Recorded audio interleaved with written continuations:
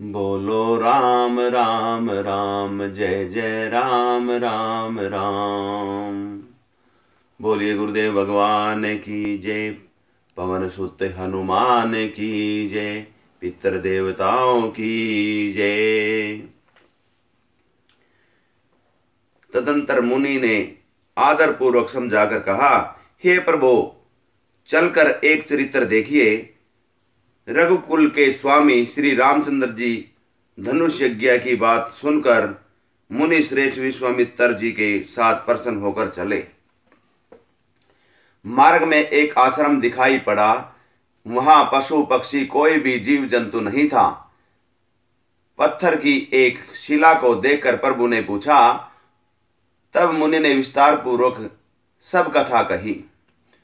गौतम नारी श्राप बस, उपल दे धरी धीर, चरण कमल रज चाहती, कृपा करूं रघुवीर। सियापति राम, जय जय राम, मेरे प्रभु राम, जय जय राम।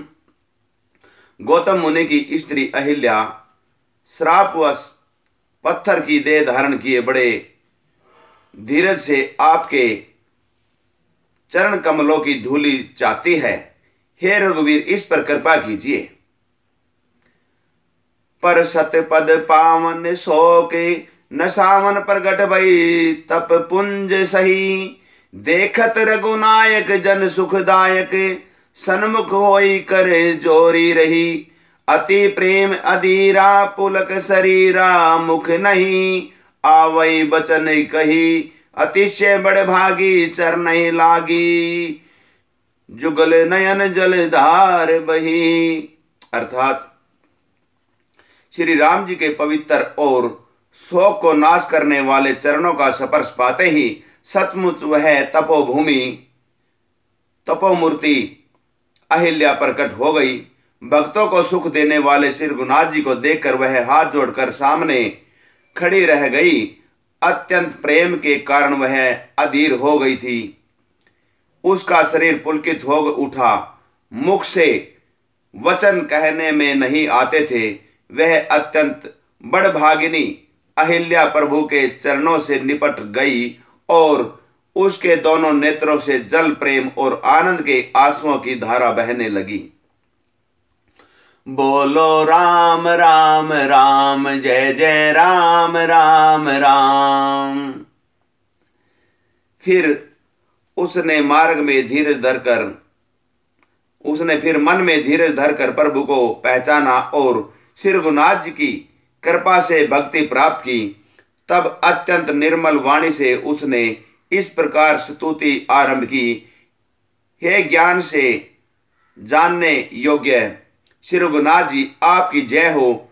मैं सहज ही अपवित्र स्त्री हूं और हे प्रभु, आप जगत को पवित्र करने वाले, भक्तों को सुख देने वाले तथा रावण के शत्रु हैं।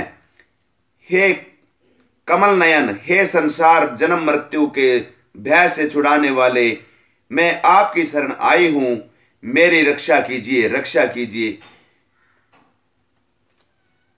मुनि श्राप जो दीना, अति भल किना, पर अनुग्रह में माना। देखूं भरी लोचन, भरी भव मोचन, इहिला नाभ शंकर जाना।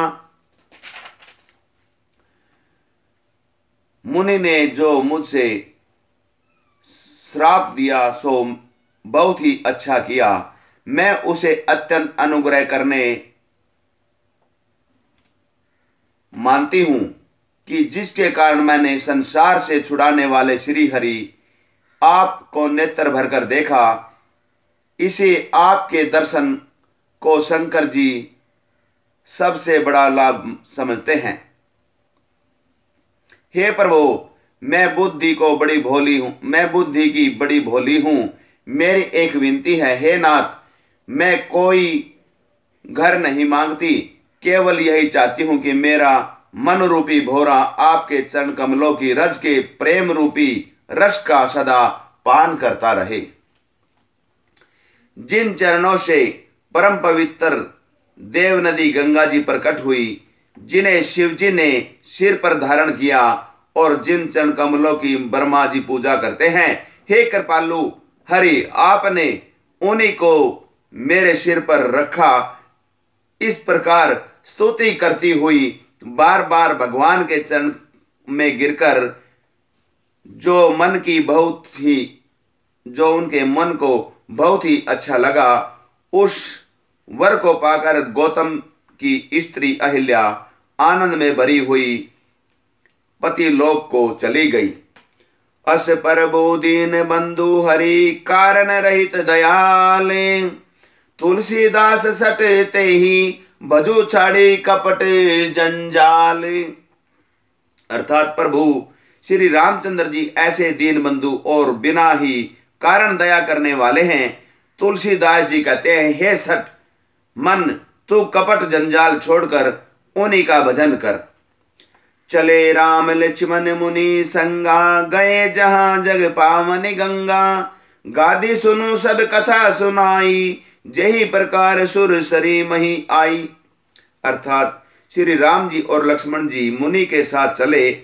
वे वहां गए जहां जगत को पवित्र करने वाली गंगा जी थी। महाराज गादी के पुत्र विश्वामित्र जी ने वह सब कथा कह सुनाई, जिस प्रकार देव नदी गंगा जी पृथ्वी पर आई थी। तब प्रभु ने ऋषियों सहित गंगा जी में स्नान किया। ब्राह्मणों ने भांति भांति के दान पाए। फिर मुनिवृंद के साथ प्रसन्न होकर चले और शीघ्र ही जनकपुर के निकट पहुंच गए। श्री राम जी ने जब जनकपुर की शोभा देखी, तब वे छोटे भाई लक्ष्मण सहित अत्यंत हर्षित हुए। वहां अनेकों बावलियां, कुएं, नदी और तालाब हैं, जिनमें अमृत के समान जल है और मणियों की सीढ़ियां बनी हुई हैं।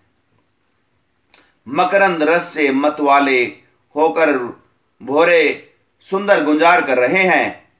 रंग रंग बिरंगे बहुत से पक्षी मधुर शब्द कर रहे हैं।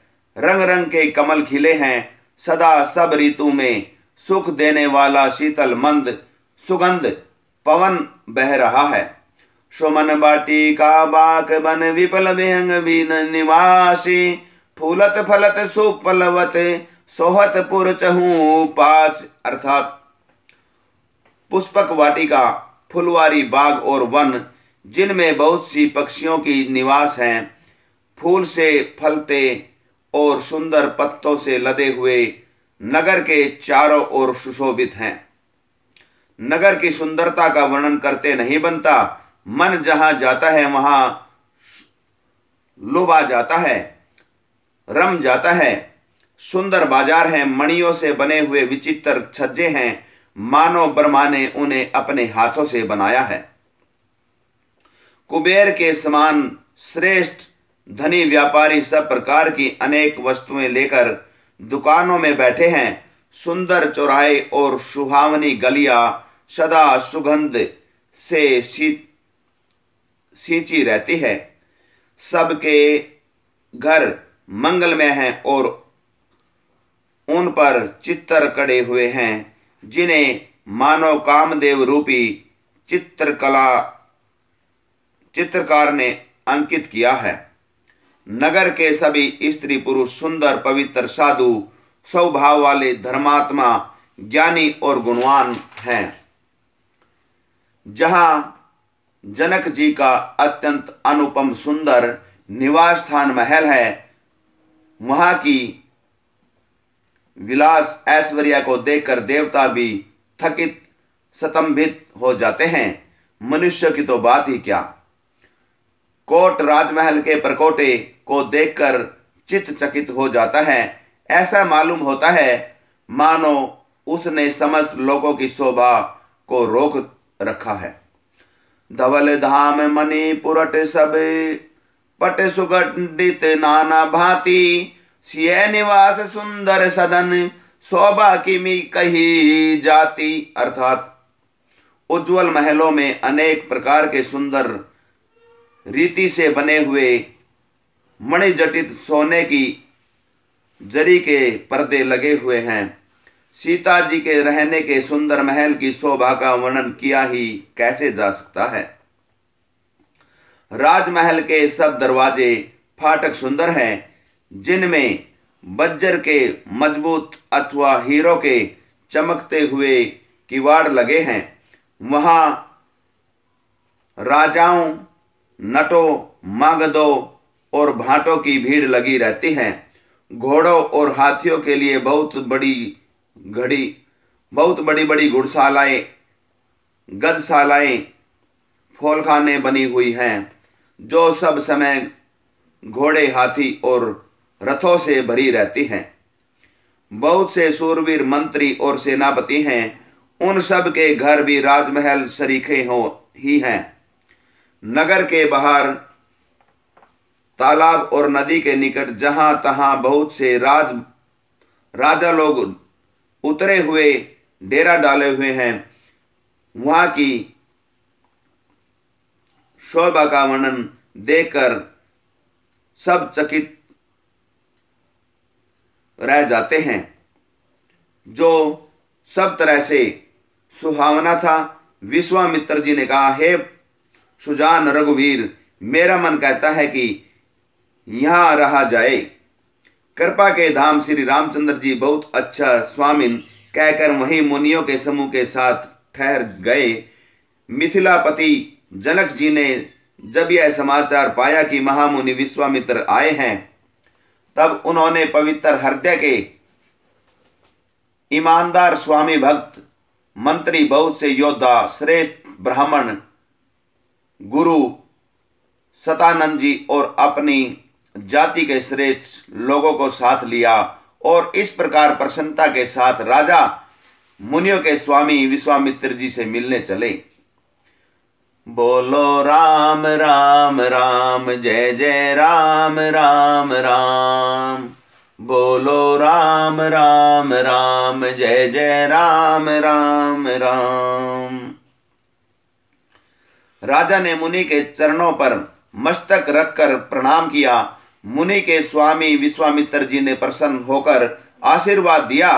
फिर सारी ब्राह्मण मंडली को आदर सहित प्रणाम किया और अपना बड़ा भाग्य जानकर राजा आनंदित हुए। बार बार कुशल प्रश्न करके विश्वामित्र जी ने राजा को बैठाया। उसी समय दोनों भाई आ पहुंचे जो फूलवाड़ी देखने गए थे। सुकुमार किशोर अवस्था वाले श्याम और गौरस वर्ण के दोनों कुमार नेत्रों को सुख देने वाले और सारे विश्व के चित्त को चुराने वाले हैं। जब रघुनाथ जी आए तब सभी उनके रूप एवं तेज से प्रभावित होकर खड़े हो गए। विश्वामित्र जी ने उनको अपने पास बैठा लिया। दोनों भाइयों को देखकर सभी सुखी हुए। सबके नेत्रों में जल भर आया। आनंद और प्रेम के आंसू उमड़ पड़े और शरीर रोमांचित हो उठे। राम जी की मधुर मनोहर मूर्ति को देखकर विदेह जनक विशेष रूप से विदेह देह की सुध बुध खो गई। प्रेम मगन मनु जानी, नरपो करी विवेको दरी धीर। बोले मुनि पद नाई सिरु, गद गद गिरा गंभीर। अर्थात मन को प्रेम में मगन जान राजा जनक ने विवेक का आश्रय लेकर धीरज धारण किया और मुनि के चरणों में सिर नवाकर गदगद प्रेम भरी गंभीर वाणी से बोले, हे नाथ, कहिए ये दोनों सुंदर बालक मुनि कुल के आभूषण हैं या किसी राजवंश के पालक अथवा जिसका वेदों ने नेति कहकर गान किया है, वही कहीं वह ब्रह्म तो युगल रूप धरकर नहीं आए हैं। मेरा मन जो स्वभाव ही वैराग्य रूप बना हुआ है, उन्हें देखकर इस तरह मुग्ध हो रहा है जैसे चंद्रमा को देखकर चकोर। हे प्रभु, इसलिए मैं आपसे सत्य निश्चल भाव से पूछता हूं। हे नाथ, बताइए, छिपाव न कीजिए। इनको देखते ही अत्यंत प्रेम के वश होकर मेरे मन ने जबरदस्ती ब्रह्म सुख को त्याग दिया है। मुनि से हंसकर कहा, हे राजन, मुनि ने हंसकर कहा, हे राजन, ठीक है, यथार्थ ही कहा, आपका वचन मिथ्या नहीं हो सकता।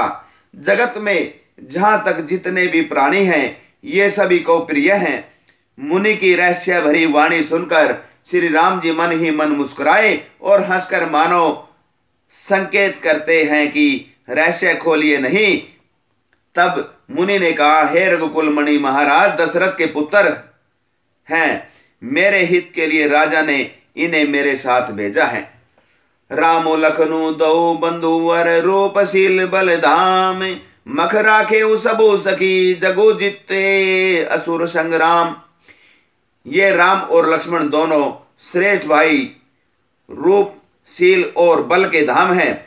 सारा जगत इस बात का साक्षी है कि इन्होंने युद्ध में असुरों को जीतकर मेरे यज्ञ की रक्षा की है। राजा ने कहा, हे मुनि, आपके चरणों के दर्शन कर मैं अपना पुण्य प्रभाव कह नहीं सकता। ये सुंदर श्याम और गौर वर्ण के दोनों भाई आनंद को भी आनंद देने वाले हैं। बोलो राम राम राम, जय जय राम राम राम। बोलो राम राम राम, जय जय राम राम राम। इनकी आपस की प्रीति बड़ी पवित्र और सुहावनी है। वह मन को बहुत भाती है पर वाणी से कहीं नहीं जाती। विदेह जनक जी आनंदित होकर कहते हैं, हे नाथ सुनिए, ब्रह्म और जीव की तरह इसमें स्वाभाविक प्रेम है। राजा बार बार प्रभु को देखते हैं, दृष्टि वहां से हटना नहीं चाहती। प्रेम से शरीर पुलकित हो रहा है और हृदय में बड़ा उत्साह है। फिर मुनि की प्रशंसा करके और उनके चरणों में सिर नवाकर राजा उन्हें नगर में लेवा चले। एक सुंदर महल जो सब समय सभी ऋतुओं में सुखदायक था, वहां राजा ने उन्हें ले जाकर ठहराया। तदंतर सब प्रकार से पूजा और सेवा करके राजा विदा मांगकर अपने घर गए।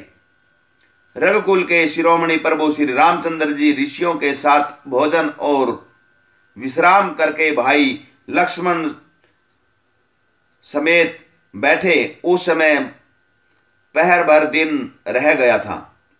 लक्ष्मण जी के हृदय में विशेष लालसा है कि जाकर जनकपुर देख आवें, परंतु प्रभु श्री रामचंद्र जी का डर है और फिर मुनि से भी सकू चाहते हैं, इसलिए प्रकट में कुछ भी नहीं कहते, मन ही मन मुस्कुरा रहे हैं।